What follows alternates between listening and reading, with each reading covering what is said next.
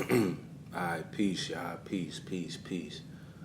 Um, in this video, I'm going to be talking about something that's very important, and this is a message to everybody out there that wants to become an entertainer. Like I tell you guys all the time, I'm not adamant about shattering people's dreams, but I do want to bring awareness to you guys and let you know the things that may take place, because there are many opportunities for you to make it in the business, but I think that a lot of people are unaware that you can't escape certain things. All right, so which is the reason why I titled this video "Get Down or Lay Down." Basically, to give a clarification on when a lot of these artists don't decide to play the game, all right, and there are consequences that come along with that, all right. So I'll start off by saying this, and then I'll get into the video and give you guys the goods and the bads, all right. So you guys may be doing your thing, you're building a buzz or whatever you decide to do, modeling, rapping, acting, playing sports, whatever you decide to do, and you're making a name for yourself, okay? There are certain groups and organizations that will approach you, especially if you have a high level of influence over the masses. And when I speak on the masses, I mean over the general public, over people. These people will approach you. All right, you're going to be approached regardless if you think so or not. You're going to be approached. All right, so I'm going to talk about something that I found to be very interesting, and I felt the need to get this out the way first because this is basically where this derives from. All right. Now, Kendrick Lamar had did a concert a few days ago, or recently, I'll just say, in Glastonbury. All right, and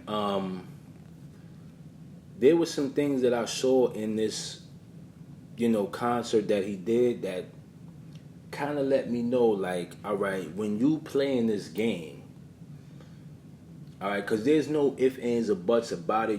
Once you in it, you're in it for good. All right, so a lot of y'all say, oh, I doubt this person is down with the program. I doubt that they do this. I doubt that they involved in this type of group or anything like that. But understand something.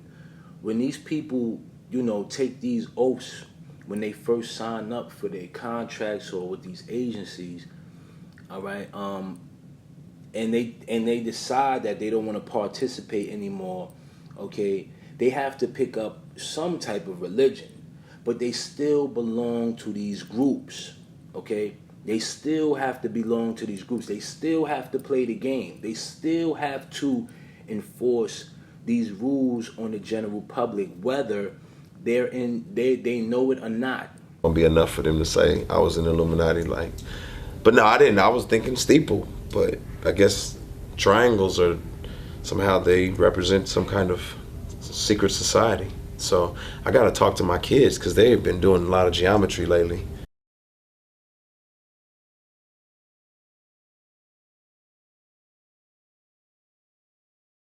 All right, and when I'm speaking on groups, I'm speaking on certain organizations, fraternities, sororities, fraternal orders.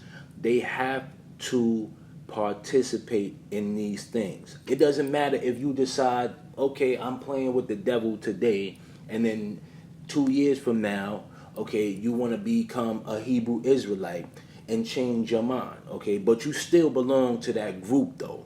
All right. So Kendrick Lamar did a concert in Glastonbury, okay, and he made a reference in him being Jesus Christ. All right. Now, there's some things that I'm gonna point out to y'all in this situation. Maybe some of y'all may not see anything wrong with this, all right. But in my point of view, there were a few things that didn't sit well with me, all right. And like I said, they don't have control over their lives. When you sign a contract, okay, your body, your mind, and your soul belongs to, okay, these corporations. The minute you sign a contract with a record label or agency or anything of that nature, all right, your mind, body, and soul belongs to them. Okay, and the reason why I say your mind, body, and soul is because they own your likenessness. They own your face. Okay, they own everything. All right, but it gets interesting as we will go forward. All right. So here, on the stage in which he's performing at, all right, he is performing inside of the all-seeing eye. All right, that pyramid. All right, as you can see here, there's the light shining on the top. Now, there are numerous places all over America that has this very same pyramid with the light at the top. For one, I know is in Las Vegas. They have a hotel that's like this. There's also one in Paris. But these are called vortexes. And these are actually placed all over the world. All right, they're sometimes on top of buildings.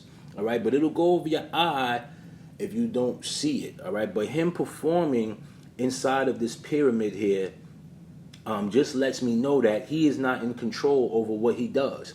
Okay, they're letting it be known that he has to play the game. All right, he has to play the game. He can't change his mind and say, you know what, I don't want to do this anymore if he wants to continue to reap the benefits. But later on down in the video, I'm going to explain what happens when people decide not to participate in these things anymore. All right. Okay, so now here, Kendrick Lamar is rapping, and I don't know how they managed to do this. Maybe it was a blood packet, or maybe it was his actual blood per se. All right, but I found this to be very strange. As he's performing, okay, blood is dripping. The blood from his thorns on his head is dripping down his face. Okay, and if you watch this performance, I'm not going to say it's fake blood or I'm not going to say it's real blood, but in my perspective, it is real blood, all right? And we all know that this is blasphemous in itself, like, because to put diamonds inside a diamond-encrusted thorn around your head is blasphemous in itself, okay? Because if you guys study the Bible mentions these things where you're not supposed to wear jewelry and things of that nature, okay?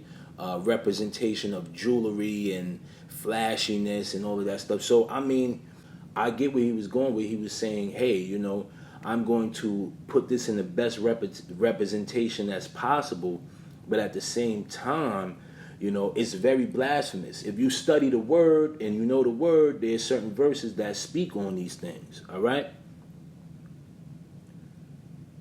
So now here, this right here threw me off a bit.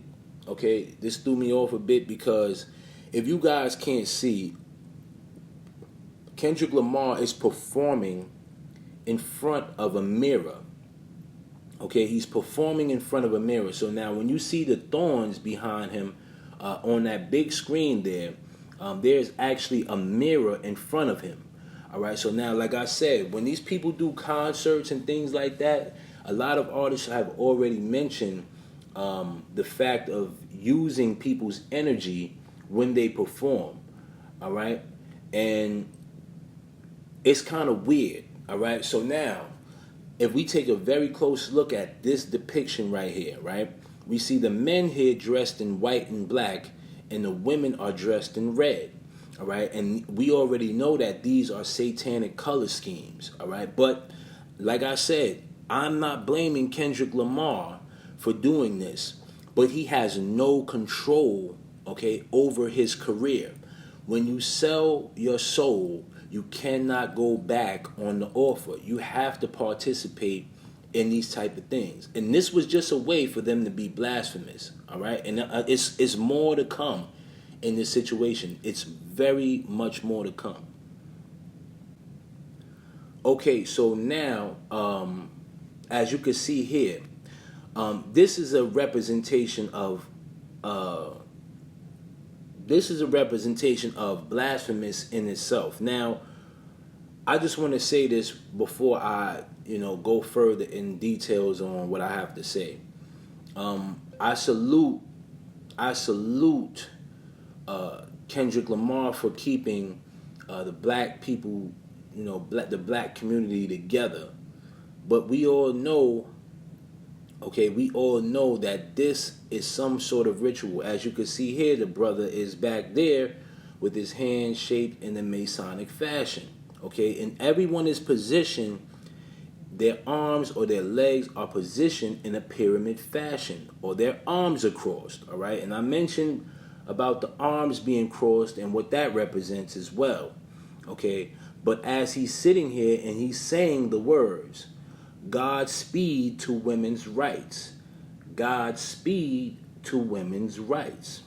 Okay, and then as he's saying this, if you are not aware, there are two males at the very bottom of where he's positioned at with pink hair.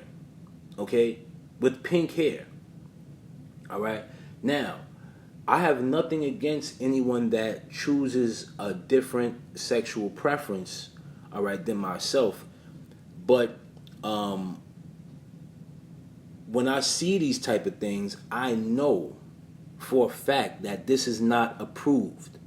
Okay, this would not be approved by anyone, okay, in the religious demographic that he preaches about. Okay, let alone his performance, okay, being done in front of a Caucasian crowd. All right, but he has to do this to receive the benefits. Okay, he has to do this to receive the benefits. All right, so by him saying this Godspeed to women's rights with these two individuals down there, all right, it lets me know that he is not in control, okay, over what he does. All right, and I'm gonna get into why this is so important.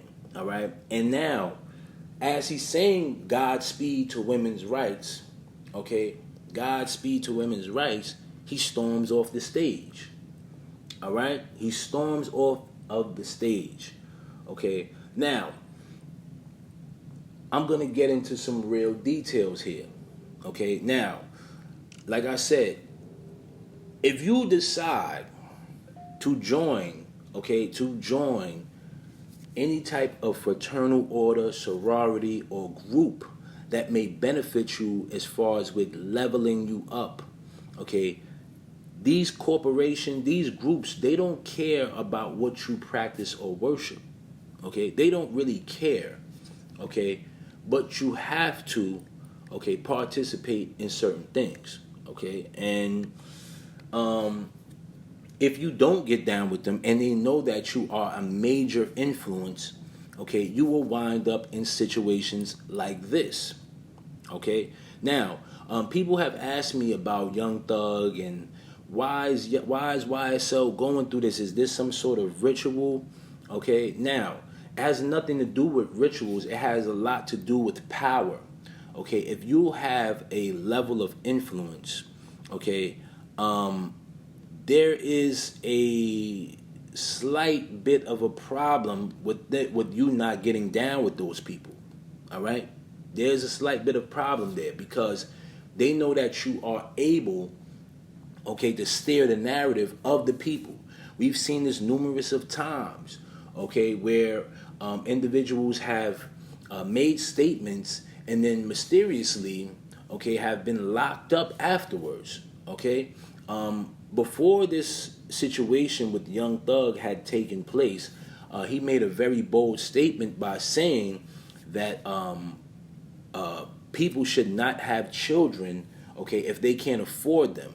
If you debt broke, if you a broke ass nigga, you should not be able to nut because you bringing poor kids into this world. For nigga, you making niggas rob and kill and steal because you running around with no type of career, no nothing.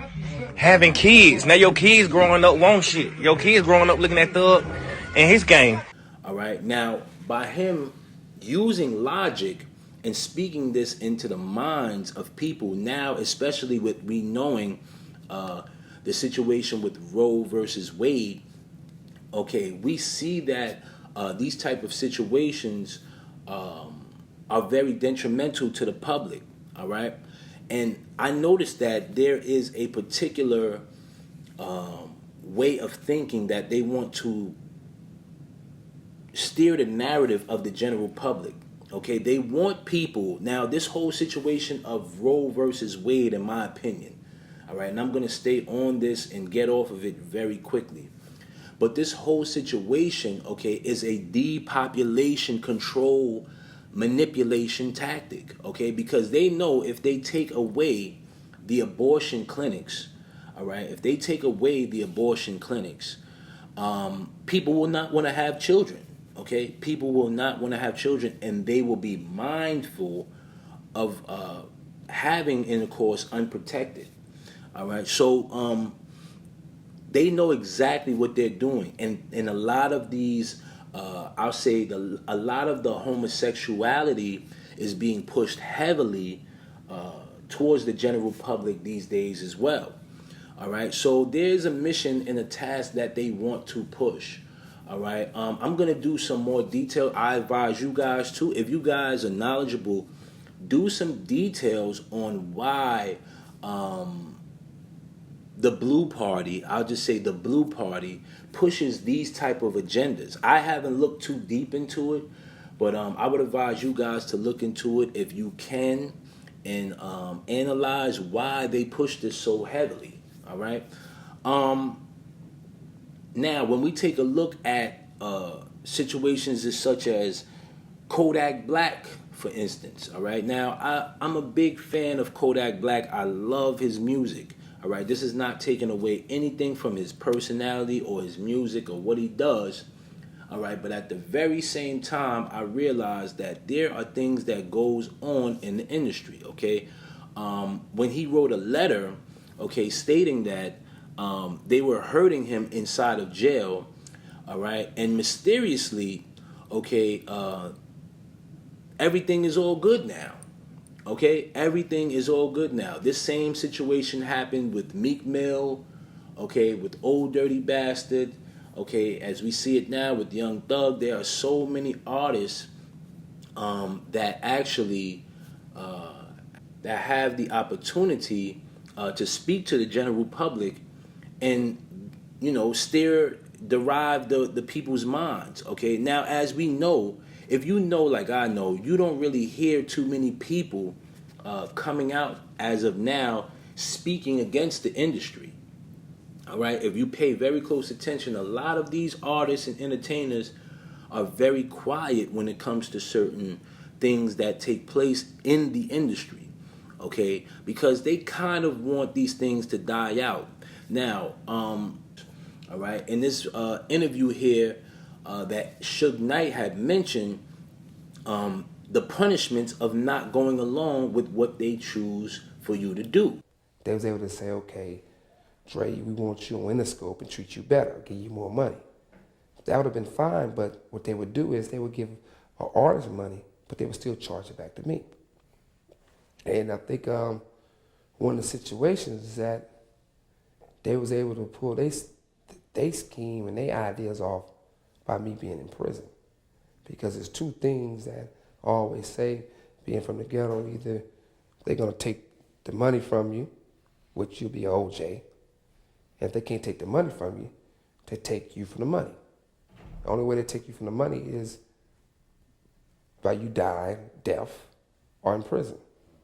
Okay, so as you've seen there, Suge Knight had mentioned that these things do take place in the industry if you don't abide by their rules, okay? Because you're under a contract, and contracts derive from legal matters. And usually they don't take it to the steps or the extreme of going the legal route, okay, because they own the judicial system as well, all right, but it more or less pertains to control over the individual, all right. So a lot of people speak on mind control and things of that nature, all right, MK Ultra and things of that nature, but it's more of a psychological thing, all right. A lot of these people tend to be going through hardships with the judicial system, and then all of a sudden when they decide that they want to get down, okay, with the program, suddenly they are released from jail, okay, and everything becomes expunged,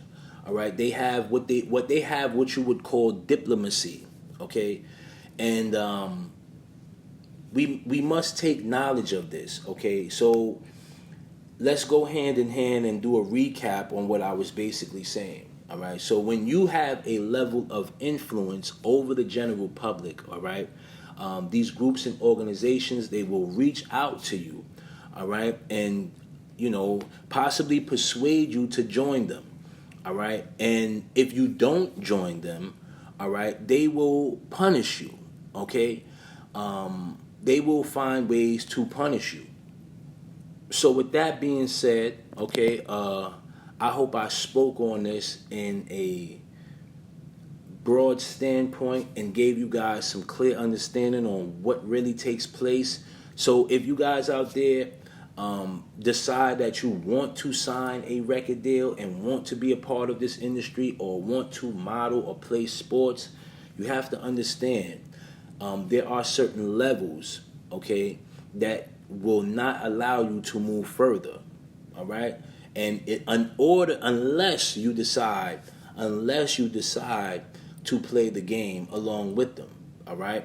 So with that being said, I hope I touched on this in clearest form and gave you guys some insight, all right. And I hope everybody stays blessed and be safe. Peace.